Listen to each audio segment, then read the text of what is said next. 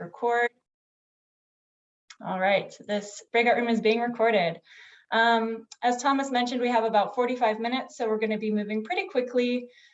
So we ask is that if you would like to speak, which we really hope you do, you raise your hand and we'll do our best to call on you in the order that you raise your hand. Otherwise, please do your best to remain on mute so we can move quickly.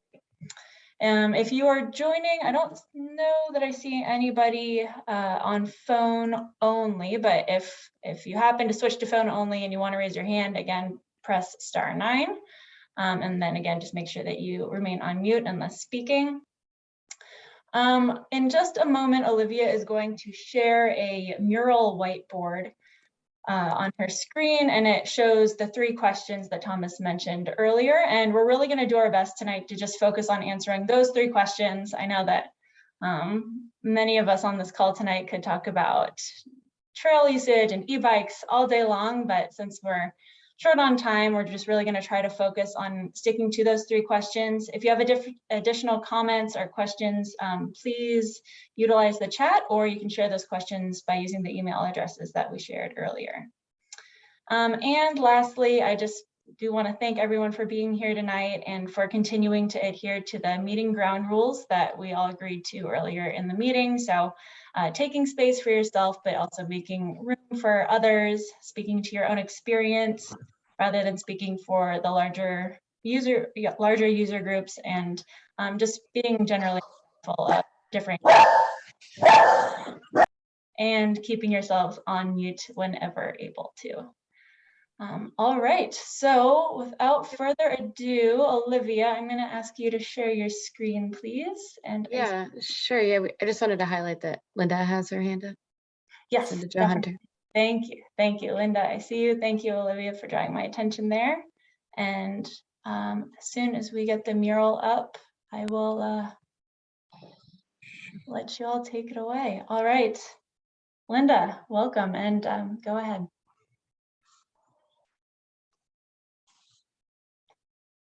Oh, and it looks like you may be on mute, Linda.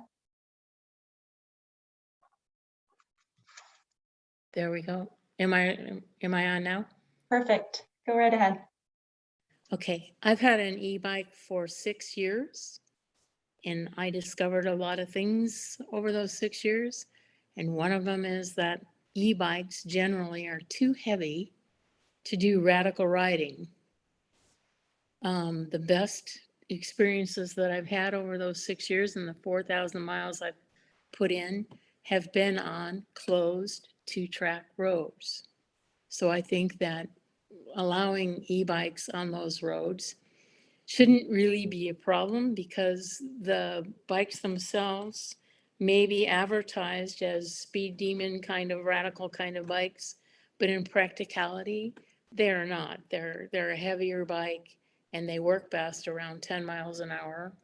And going faster than that does help you make decisions.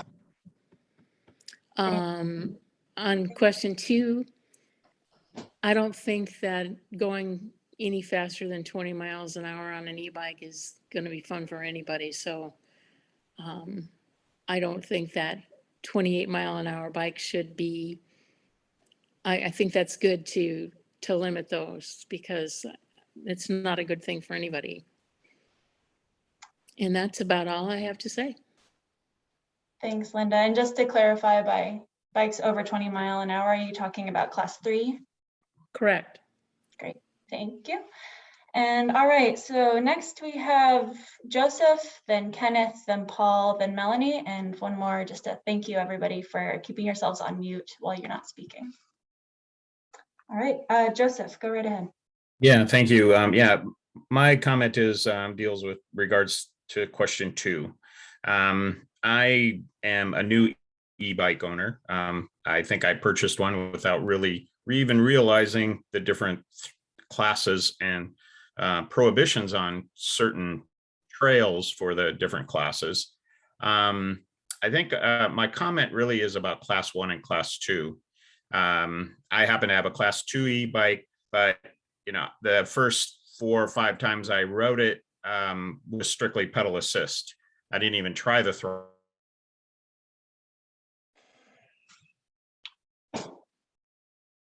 Joseph, we might have lost you. Are you still there?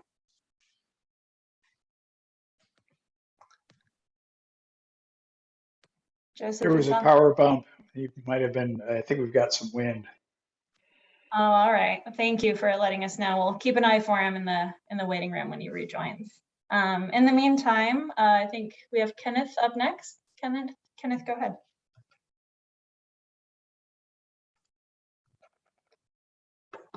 And Kenneth, we're not hearing you, or at least I'm not. Is anyone able to hear Kenneth? Here, I'm seeing some heads shaking. Kenneth, if you can hear us and would like to place. There you go. There we are. Is that you, Kenneth? Yes. Yes, it is. Welcome. Okay. What I have found in the past on e-bikes is that the class 3 is not really necessary because of the speed. Many of the bikes nowadays are available on a fat tire, which eliminates some of the damage that has been done.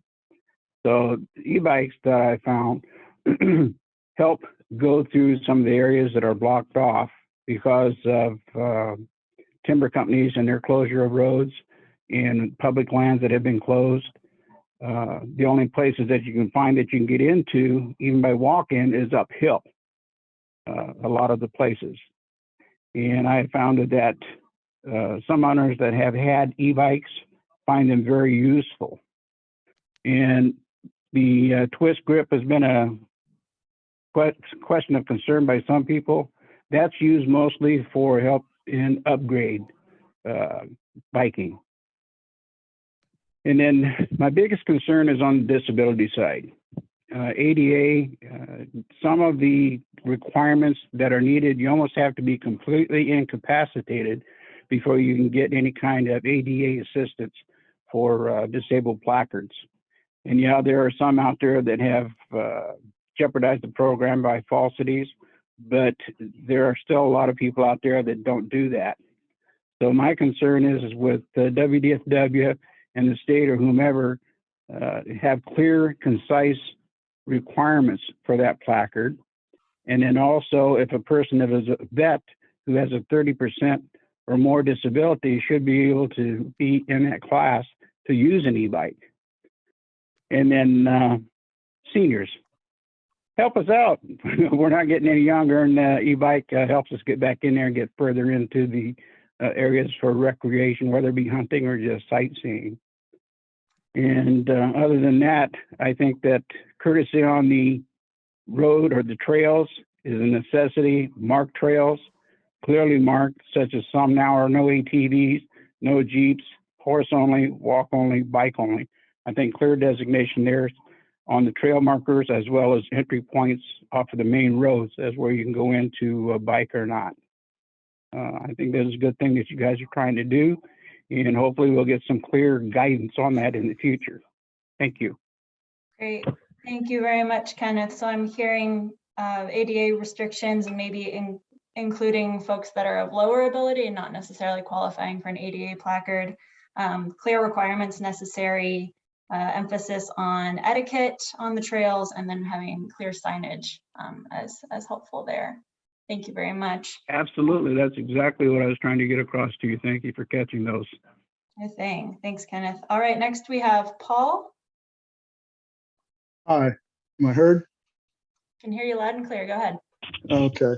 On the first question, I think keeping it simple, as the federal agencies listed before did, of anywhere that a bike is allowed, an e-bike should be allowed. And I'm going to throw in all three classes of that as well. There is no difference between a class 3 and a class 1 e-bike except for programming on the speed limit, the governor of the bike.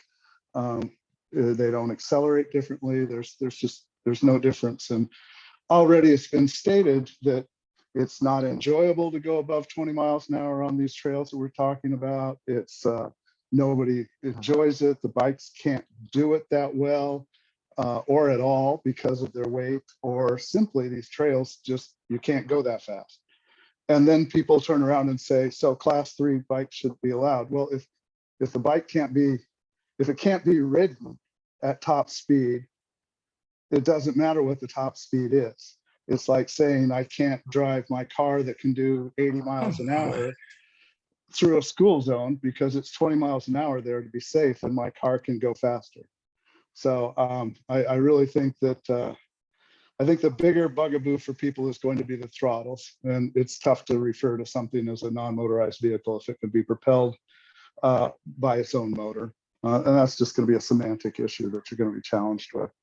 And then on that, with opportunities and challenges, the third question, you'll see in the word diagram and throughout, people, a lot of what people's concerns are about are simply comes down to use. Quantity of people using will up the crowds and the noise and the traffic and the conflicts and everything. And by its very nature of expanding access to public lands to a new class of vehicle, you're going to increase the popularity and the traffic and the amount of people able to get out and enjoy it, and then you're going to have these problems. So you're probably going to have to take into consideration most greatly simply how much use you want to allow in a certain space. And I know that's tough for these departments when what they really want is that they want everybody to be out there that can, but you also want to keep it so it's an enjoyable experience for all those people. And those two things are not necessarily congruent. Thank you. Great. Thanks very much, Paul. All right, let's see. Next we have Melanie, then Sandra, John, Christy, and Leisha. And I see in the chat, for those of you who would like to get in the queue, just go ahead and raise your hand and I'll add you to the queue and you'll be able to speak in the order that you raise your hand. All right, go ahead, Melanie. Thanks, everyone. Hi, my name is Melanie McKenna, and I'm not very prepared for this, and I am not an e-bike user. My concerns revolve around the people that are using equestrian horses and mules. Now, I have no problem with people using e-bikes, and I agree with the speed discussion items that have already come out. My biggest concern is the danger in combining the two groups, especially on narrow trails. Horses are predator or prey animals, and if they are startled, they react, they don't think. And the danger is very, very serious if the good trail etiquette isn't adhered to between the equestrian users and the e-bike users. So that's my biggest problem is, that somebody coming around a corner, the horse doesn't hear the bike because they're fairly quiet, and then all of a sudden it's there, and it's a cougar as far as they're concerned, and they will defend themselves, and it's just very dangerous for the e-bike user as well as the equestrian user. So that's my biggest concern. Great, thank you, Melanie. I was hearing a couple of themes there. So you're representing the equestrian contingency of users. I'm hearing that danger is a concern of multi-use, but also danger on narrow trails, and then an etiquette component, and then also a noise component. That one is more likely to spook a horse if one is silent. So thank you for those. Thank you. Yes. All right, Sandra, go right ahead. Thank you. I also am an equestrian. My husband has an e-bike, so we're kind of a commingled family in that regard, but he also rides horses as well. And I would also echo the concerns, and frankly, it's not just e-bikes, it's bicycles in general. There are I do have difficulty with the shared trail concept because I've had the kinds of experiences the previous speaker was talking about where bicycles have come up either behind my horse on a narrow trail at speed, which is the most fun, whether you're on an e-bike or a bicycle, and have startled our horses off the trail. Completely inadvertently and apologetic, but it happens and it can be really dangerous. So I have some concerns about bicycles, e-bikes, and particularly the class 3 or even the class 2, I would argue, on narrow trails. So I think some consideration to what the features of the trail are. I have no problem or issue with e-bikes on roads, closed roads, there's plenty of room to see one another. So that part of it is just fine. In California, where I was recently riding an e-bike, because there are so many users on the trail, they actually now have directional rules. So you can only ride if you're sharing the trail with an equestrian user, each of you can only ride in a particular direction. So you at least don't have the same issue of running into one another head on. There are also, it seems, more trails designated specifically for equestrians, which I know gets tricky and specifically for bicyclists. And so there's just a separation in certain areas. And I think in some cases, what the geography might dictate is something like that, where you have to do a separation because it's just too dangerous. Other than that, good signage, I think, is really, really important. I think educating people on what constitutes appropriate behavior. I've had a number of cyclists who have been offended when asked to step off the trail. And I get it because, it seems like if they don't know it, it seems like you're being bossy, and that's not the intent. It's like the woman said, horses are really stupid. They're prey animals. And if people just barrel at them with their bicycles, even though we train them not to do that, not to react, in some cases they do. So I just think education is a really critical component. And then I also have a question. How are you going to, I know you guys are woefully understaffed, and I just have questions about any kinds of rules and designations we have are not going to sit well with, certain people. And I mean, is there a plan or a budget for more people to monitor and make sure that whatever usages you come up with are actually being followed? Thank you. That's it. Great. Thank you, Sandra. And then Andrea, I don't know if you're able to put a quick response to Sandra's question in the chat. I think right now, just for the sake of time, we need to stick to these 3 questions and just get as much of your feedback as we possibly can in 45 minutes. So Sandra, if you don't receive an answer that is sufficient during this time or during this meeting, there were those 2 email addresses that Thomas shared earlier that we can put in the chat as well. So folks can follow up with you. All right. Thank you. Thanks very much. All right, John Olson. Hi. So my experience is I've ridden bikes all my life, non-e-bikes. I'm an old guy, 63 years old. I've always liked to ride bicycles, grew up riding bicycles. As I've gotten older, it's become harder to get up the hills riding the non-e-bike 10 speeds, the mountain bikes that I've had. And so when they came out with the e-bikes, I went that direction, and it's just awesome. It's opened or it's allowed me to participate in the outdoors as I did as a young man and a boy and all that. So I echo a lot of what's already been said. Certainly Linda and Paul have made many of the points that I would make. I wanted to point out that my wife is an equestrian. My daughter is an equestrian. My daughter runs a equestrian center. We ride all the time. I live in Western Washington. We recreate all over Eastern Washington. We go to Walker Valley. We go to the tree farm.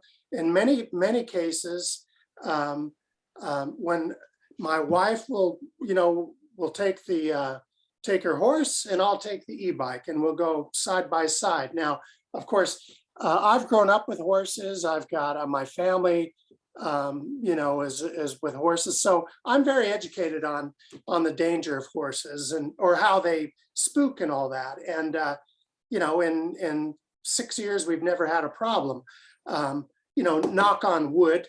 But my point is that people who know how to ride around horses. And the, you know, as regards the item number 2, which of the classes should be allowable? I would say minimum of class 1, certainly class 1 or 3. One of the points that was made was, you know, I'm going to tell you, you don't ride an e-bike down the hill any faster than you would ride your non-e-bike down the hill. You know, just because you don't want to fall down and get hurt. At least I don't. And if I was a kid, it's the same thing. So I've not ridden a motorized, you know, with a throttle operated e-bike. The ones I ride are pedal assist, and you have to pedal to get going, and it helps you get up the hill. But the pedal assist doesn't come in when you're going downhill. You know, you're being more careful coming downhill. And then to the number 3 challenges, I think there's a couple of challenges as regards this whole topic. Number 1 is the misconception people have about e-bikes. You know, they think they have big motors on them, it's going to tear up the trails, and we go too fast. I think most here realize that that's just not the case. You have to pedal like crazy still, you know, to get going, and you don't go any faster than you would on a non-e-bike mountain bike, for all the same reasons. The other point is most people don't realize that my e-bike is an e-bike, and that's you know, that I think it's so it becomes hard to police the topic or the issue. You know, because you can't tell anymore. They're making these electric bikes. Well, it's hard to tell whether you're riding an electric bike or not. So my point is it's going to happen whether you like it or not. I think. Great. And I think that's all I have to say on this topic. Certainly education, directional signage, those kind of things. I think when it comes to e-bike riders and the equestrian community, education is the key. And directional signs and all that, we see them at Walker Valley, etc. It's always a little bit dangerous to be outside, but those are my comments.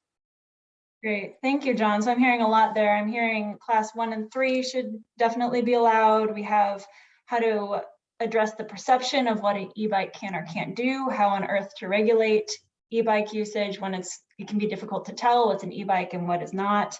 The reality of multi-use groups, multi-use families, even using these trails. And then just an emphasis on just that continued etiquette. So thank you very much. All right, next we have Christy, I believe. Go ahead, Christy. Okay, thank you. I would say that anywhere that a regular bike is able to go, that e-bikes should be able to go there as well. And when it comes to the classes, I actually have a class 3 e-bike, and that bike does have the capability of going up to 28 miles an hour, although you'd be crazy.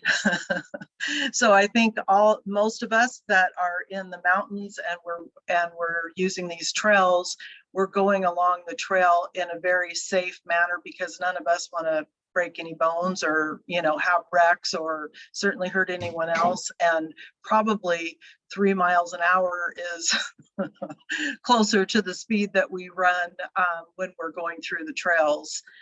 Anyway, for me, now I'm fairly new riding off-road. So, but I bought that particular bike because it also then will go faster on the road.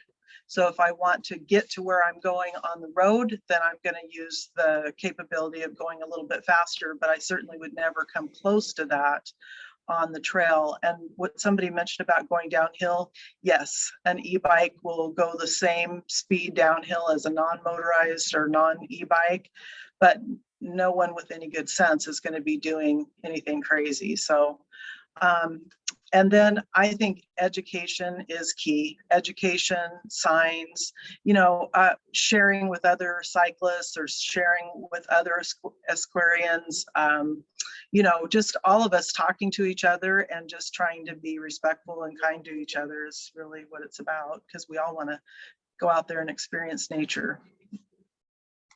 Great. Thank you very much for sharing, Christy. Next we have, is it Leisha? See, Leisha Law, and I apologize if I'm mispronouncing your name. It looks like you're on mute still.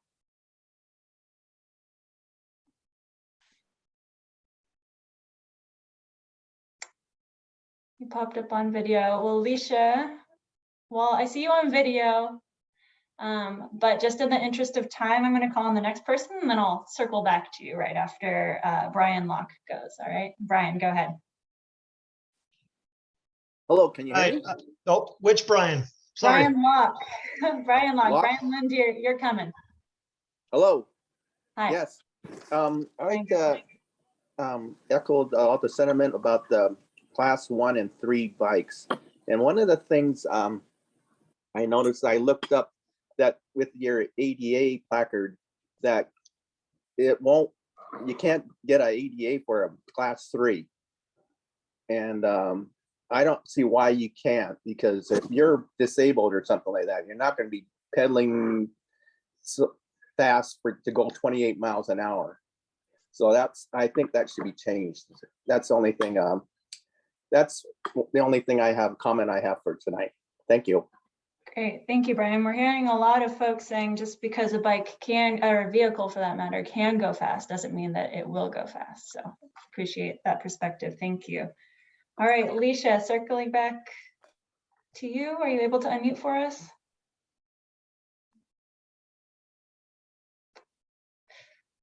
Oh no. All right, moving on. I won't forget about you. Next we have Eric Tunick, I believe.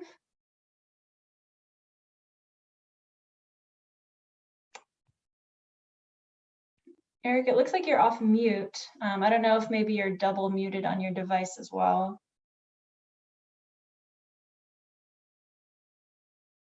All right, Eric, we'll circle back to you as well. Brian Lund. All right, thank you. First of all, Heidi Anderson had posted on a Facebook group that I had started called Fat Bike Hunter. So I'm representing over 2,000 hunters that hunt by bike. I'm on my year 36 here in Washington hunting by bike. And so I feel like I have a decent amount of knowledge. I'm currently not on an e-bike, but most of my members are. But I have been stopped 3 times by the sheriff to check for a motor and compliance, of which then they figured out that I was pedaling with my legs, which I don't know if that was a good thing or a bad thing. But anyway, as far as question number 1, I definitely think it should be anywhere that a bike goes, an e-bike can as well. I think that should be up to the rider, up to the hunter at this point. Which of the 3 classes may be allowed? I would say all 3 classes. I agree with everybody that said a class 3, going 28 miles an hour on a gravel road or even a trail is insane to begin with. So we're not going very fast.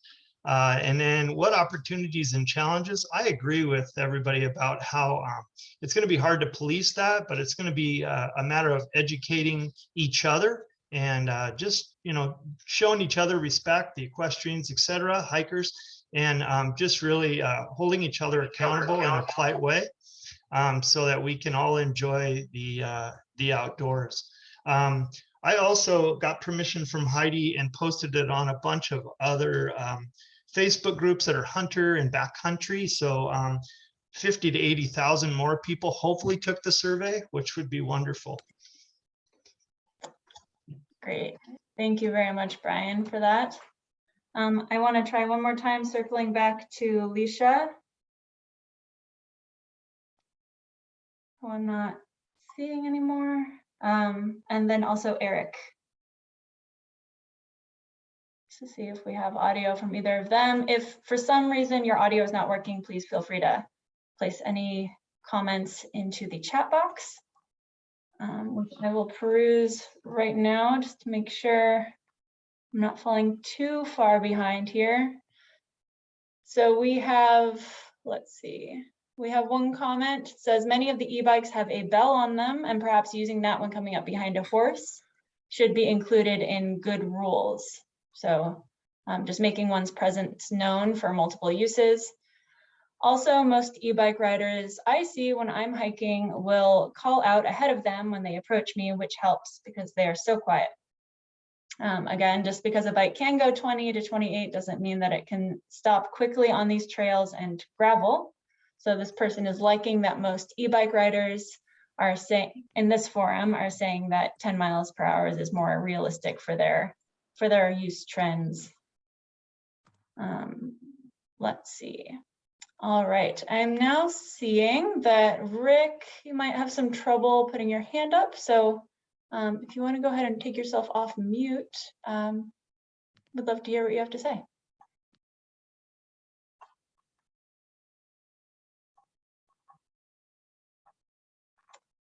Excuse me. Can you hear me? I can hear you loud and clear. Thank you for your Okay, patience. great. Well, it looks like the first lady that spoke is gone. Totally disagree. She said that, well, first of all, she has an older e-bike, and the old e-bikes are kind of clunky. And I don't even think 5 or 6 years ago they had class 1 e-bikes. She said they can't go over 10 miles or shouldn't go over 10 miles an hour. If you've done any research on e-bikes and if you're about ready to pull the trigger on one, especially if you're a serious mountain biker, you're probably looking maybe 5,500 up. Maybe you can get one for 5. But anyhow, a class 1 e-bike, most of the class 1 e-bikes, the majority of them weigh about 50 pounds. Yes, they can easily go over 20, even over 28 miles an hour downhill, but it's not the motor that's doing it. At that point, it's just gravity. The motor cuts out on a class 1 e-bike at 20 miles an hour. And like everybody said, especially John Olson, common sense would dictate that you can only go downhill as fast as you think you're safe doing so. So that's really not an issue. But I totally disagree with the idea that they should be limited to 10 miles an hour and only be on double track roads and stuff like that. Serious mountain bikers or people who mountain bike a lot like what's called single track trails. And yes, horses will be on there. I don't see a lot changing in that regard. Horses and mountain bikes have always had to coexist. And yes, you can certainly run into a bad situation if people are just being stupid. I don't go down trails blindly. I actually have a bell on my bike. Not that a horse is going to pay attention to it, but hopefully maybe the rider would hear it. But more importantly, hopefully I'm being a little more careful. So I guess that's my 2 cents. But I live over here in the Methow Valley and near Winthrop. We've got tons of trails everywhere. And right now we're very limited on where we can go. And basically the rule of thumb around here is just go ahead and do it and hopefully you won't get caught. And I'd rather have more rules and not be worried about getting busted, so to speak, and stuff like that. But e-bikes are here to stay. And if you're a serious e-bike rider or a serious mountain bike rider, you're going to get a class 1 e-bike. I've never even seen a class 3. The class 2s are basically motorcycles with batteries, as far as I'm concerned. And most class 2 e-bikes are, the kind that you ride around the RV park. You can ride them on bike paths and stuff like that. They're fine for commuting and everything like that. The idea that you can't take an e-bike down a trail fast is bunk, especially if it's a class 1 e-bike. They're built very, very rugged.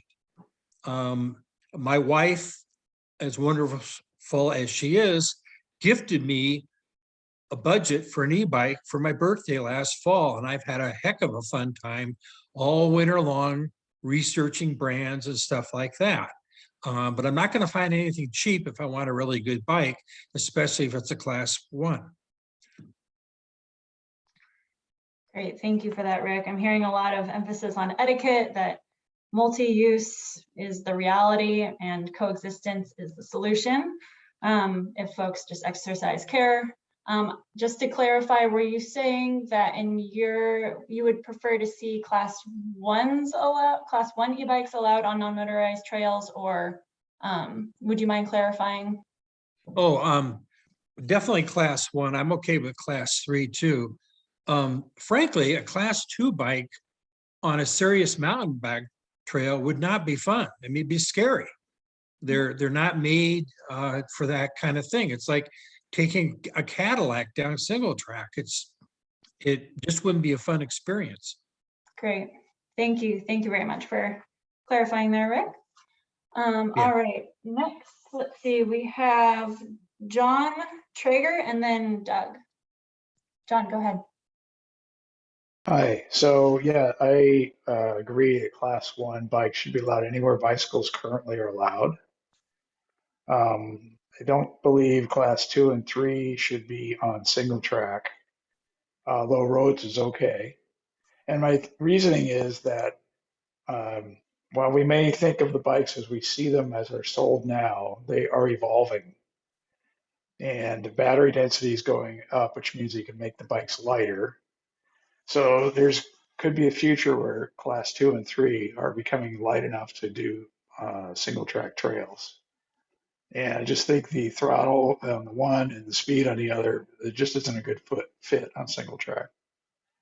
The other thing we need to really think about is, the education component. There was a comment earlier that it's going to add a lot of people who maybe were not users of certain lands. And so there should be a program of outreach to make sure they understand what the etiquette is and what the proper use is. I've been volunteering for Evergreen Mountain Bike for decades, and it's something we wrestle with all the time, trying to spread education so that folks know, how to behave on the trails. Directional signage is something else to consider. We've had good experience with setting that up where you feel like the trails are less crowded if everybody's going in the same direction. It has a really big impact, especially in wood and forests. The open, you can still see them possibly, but in forest trails, if it's directional, you don't have people coming the other way. It's one, it's safer, and two, you get a bigger sense of solitude. And then the last thing is management and enforcement guidelines, and how are you going to do that will be a pretty big deal given there's funding issues for outdoor recreation. But that's going to be a challenge. So you have to think about how to fund that as part of working with the legislature. And that's all I got. Great, thank you, John. So I'm hearing class 1, okay, where bicycles are currently allowed, but in classes 2 and 3, not so much on single track at the moment, focusing on an outreach to different user groups as to appropriate etiquette. Directional signage would be helpful, and then considering how on earth to enforce rules regarding this topic. So thank you very much. And all right, Doug, are you here? Give me a second to unmute. There you go, loud and clear. All right, well, I am a road biker and a mountain biker, and I ride both my e-bikes and my acoustic bikes. And I a couple of comments about how I ride and what I've heard so far. One, I'd happily ride over 20, 25 miles an hour, depending on the trail and the road and the users that are on it. As a matter of fact, I do ride both my non-electric and electric bikes down some trails well into those speeds. I don't do it on a shared trail with hikers. I don't do it on a shared trail with horses. If I'm riding that fast, or actually anytime I'm riding mountain bikes, I tend to go to a mountain bike area and use mountain bike only trails. My experience with the e-bikes on that is that, yeah, they're all about the same speed going down, but there are very different speeds going up. And that can create the same sort of issues that you have with like a horse and a biker. The problem isn't the speed, the problem is the difference in speeds when you meet these people on a trail. And I've also ran into a lot of people in the woods that got there on their electric mountain bike that didn't have the skill or the ability to get out properly.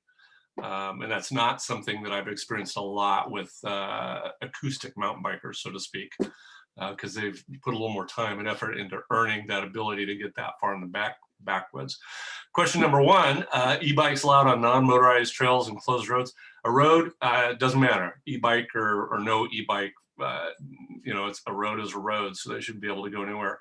Non-motorized trails, my experience, my belief is if you're not pedaling, it's not a bike, it's a motorized vehicle and it shouldn't be there.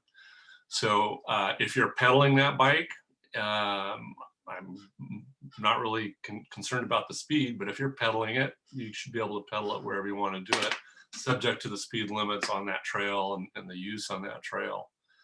And I think that kind of hits on the other ones I have there too. I really don't have much issue with people that are actually pedaling these bikes and using the assist. The only people that I've ran into issues with are people that are throttling these bikes, and they often don't have the experience and the ability to get in and out of where they're riding on that. And that's my big concern about allowing a lot of these e-bikes on there. The other comment, just real briefly here, I've listened to everybody talk about how fast they're going and where they're going and trail etiquette and everything, but I will notice there's not a lot of 16, 17, 18, 19, 20-year-olds on this group.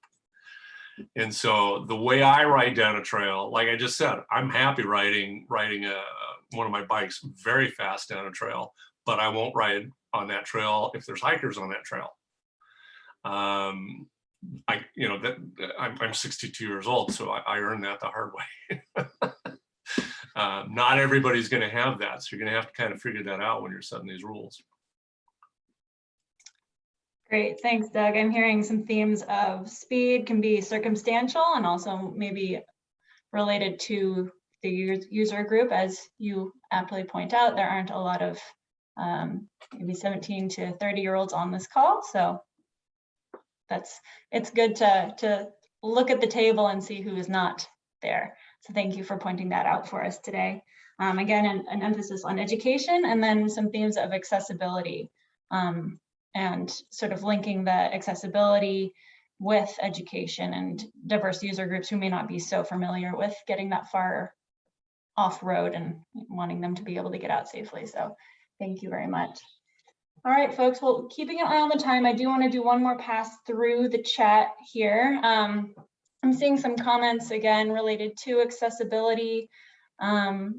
Particularly for folks with physical limitations, I'm really appreciating the ability to, get out on the trail by way of e-bike.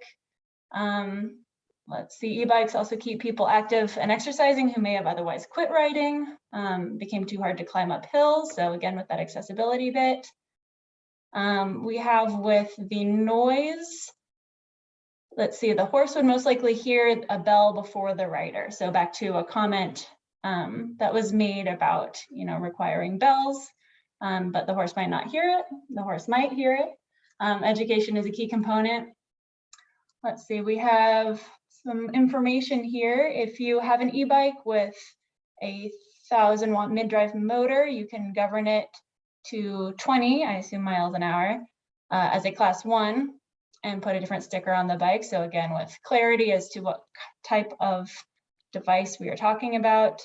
And then just appreciation for this group to hearing some openness to allowing all user groups on these trails and rather than exclusive use of any type. So thank you very much. And I guess, let's see, just making sure my clocks are all synced up. We have about 3 minutes left. If there's anything, and I don't know if Olivia, if you want to go ahead and share the mural one more time, just so people can see if they've missed anything. And I hear someone came off mute. So Eric, is that you? It's me. Oh, we heard you for a moment. And can you hear me now? yes. Go right ahead. Okay. Okay, great. I just agree with everyone's sentiment, and I just wanted to say I'm 67. I have really bad arthritis in both my knees, and until e-bikes came along, I was unable to access all the backcountry. They are a blessing to older people with disabilities, and I also feel that they're not any different than regular bicycles. They don't do any more damage to trails or roads, and I just feel that they should be able to be used anywhere a regular bicycle can go. And Great, thanks, Eric. You cut out there a little bit at the end, but I think I was hearing that e-bikes should be able to go where any other bike might be able to go as well, and that they are an invaluable asset for accessibility. I'm seeing Tara put in the chat as well that e-bike access also assists with recovery from injuries.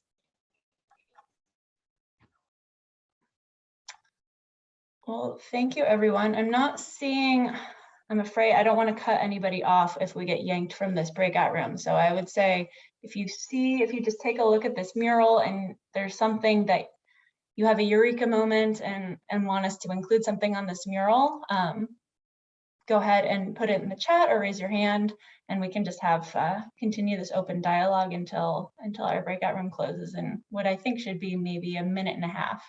Paul, I see you raised your hand.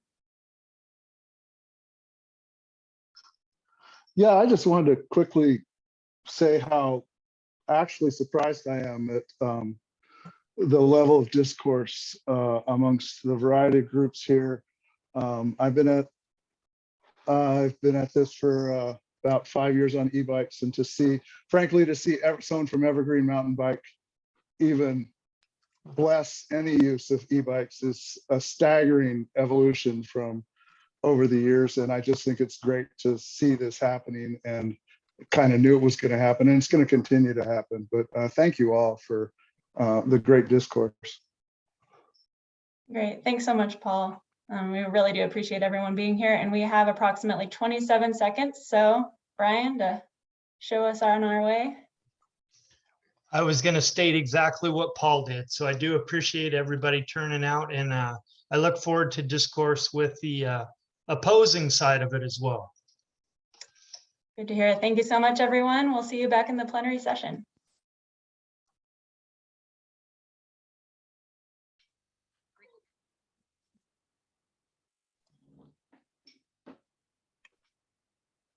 Well, welcome back, everybody. I hope those conversations were fruitful. We went right up until the very end. So we're just going to wait a moment to let folks get back to the main room. And while we're doing that, I'm going to ask Claire to pull the mural up onto the screen share. And we're going to do a quick report out from the 4 groups, and then just review the other opportunities to provide input, and we'll let you go by 7 o'clock. So Alyssa and your team, I'll go to you first. Yeah, thanks, Thomas. So in breakout room number 4, which you'll see on your screen here, we had several common themes. Let's see, the first was that with regard to concern over speed of e-bikes versus the speed of traditional mountain bikes, that while e-bikes may have the capacity to go a certain speed, that doesn't necessarily mean that the rider will make them go that speed. And so just focusing on education and etiquette and just the circumstances of the trail, whether they're wide, whether they're single track, should all be considered in determining which classes of e-bikes are allowed. There was some discussion about how ADA placards and the requirements for ADA placards may be a little bit too restrictive, and considering folks with lower abilities as well that benefit from e-bikes, making requirements for lower ability riders and folks with requiring an ADA placard very clear. There was discussion about having clear trail markers and directional signage on trails to help reduce, I guess, conflict between user groups, conducting outreach to user groups, and just addressing, which is sort of linked to etiquette, but addressing silence amongst user groups and really emphasizing communication between all user groups to minimize the danger. And we had a lot of great discussions, but in the interest of time, I will cut myself off here unless, Olivia, there's anything else you'd like to add. You did great. Great. Thanks, Alyssa. We can go to Lucila. Thanks. We were in breakout room number 3, and just of who was in the room, we had a mix of equestrians, mountain bikers, e-bikers, those experience with maintaining trails, experience in the recreation industry, and hunters. So as you can imagine, there were various perspectives and lived experiences in the room, so various comments. I will want to highlight that those that were in favor of having e-bikes on trails was really more towards class 1, and then saw problems or issues with class 2 or 3 bikes on trails. But noting that many shared that they would not like to see any of the 3 e-bikes on the trails.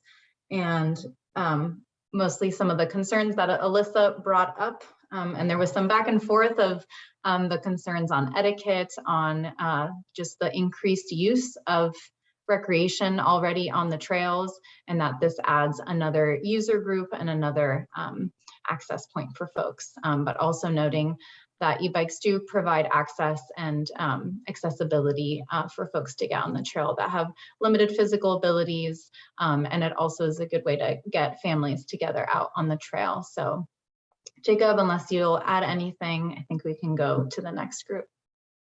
I think you got it. Thanks, Cecilia. And Claire. Hey, thanks, Thomas. We also had quite a diverse group in room number 2. We had some hikers, equestrians, bikers, trail maintainers, so similar composition to your group, Lucila, I think. So we did have quite a variety of opinions. For those who did suggest allowing e-bikes, class 1 and 3 were some of the more popular opinions, although there were advocates for all 3. And then there were also people who suggested that no classes be allowed as well. There were concerns about speed and safety on the trail, specifically when it comes to user group conflict or conflict with horses and other animals on the trail.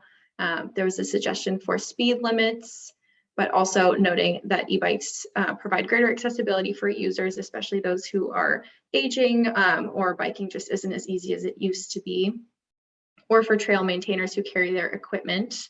And there was a lot of discussion about the importance of education and individual trail user etiquette. So just keeping the trails a respectful place for all users, no matter what their recreation type is.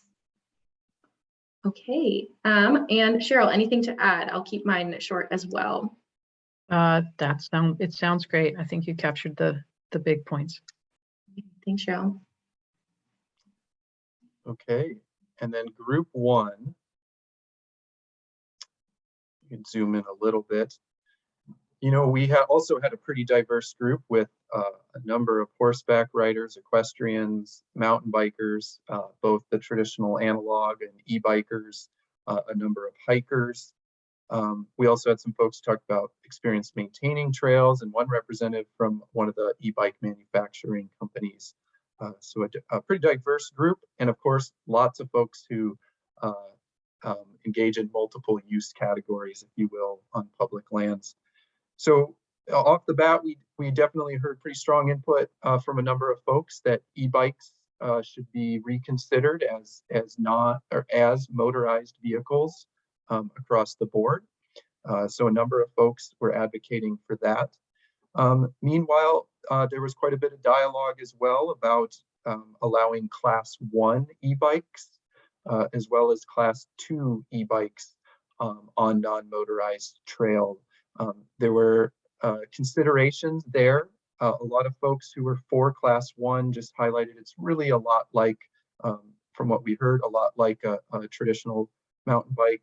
Others who were advocating also for class 2 did speak to the benefit of a throttle, particularly in starting on steeper hills or with folks just who find it helpful for access as they age, noting that class 2 also is limited at 20 miles an hour.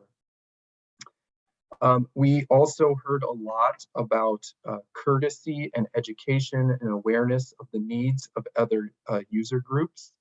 One person indicated that use of volume is a major concern, both with e-bikes, but also just in terms of educating users. And some suggestions for how to do that is really good, thoughtful signage that highlights passing trail etiquette, how to pass other different types of user groups, such as horses or dog walkers, etc.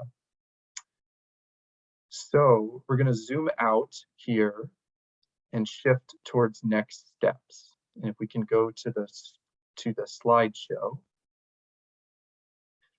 And while we're doing that, I'll just start highlighting one of the next steps is for the Triangle Associates team that is supporting the engagement to take the notes from today's meeting and that whiteboard and develop a meeting summary, which will be posted online on the agency website in the weeks to come. And Claire, if you can scroll down to slide 19. Thank you. The recording also will be posted online, I think within the next couple days.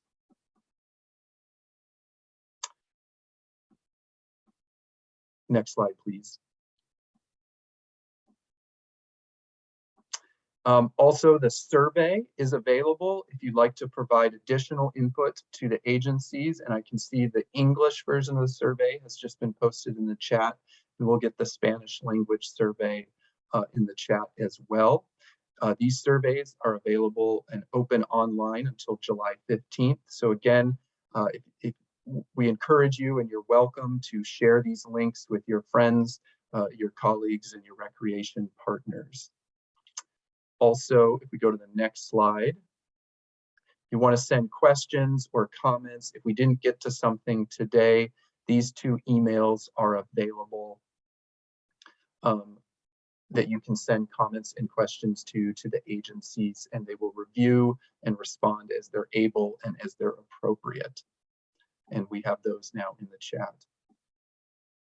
So in wrap up, we're just one more item. We're going to put a poll up on the screen, and we'd like to just get your feedback on how satisfied you are with today's meeting.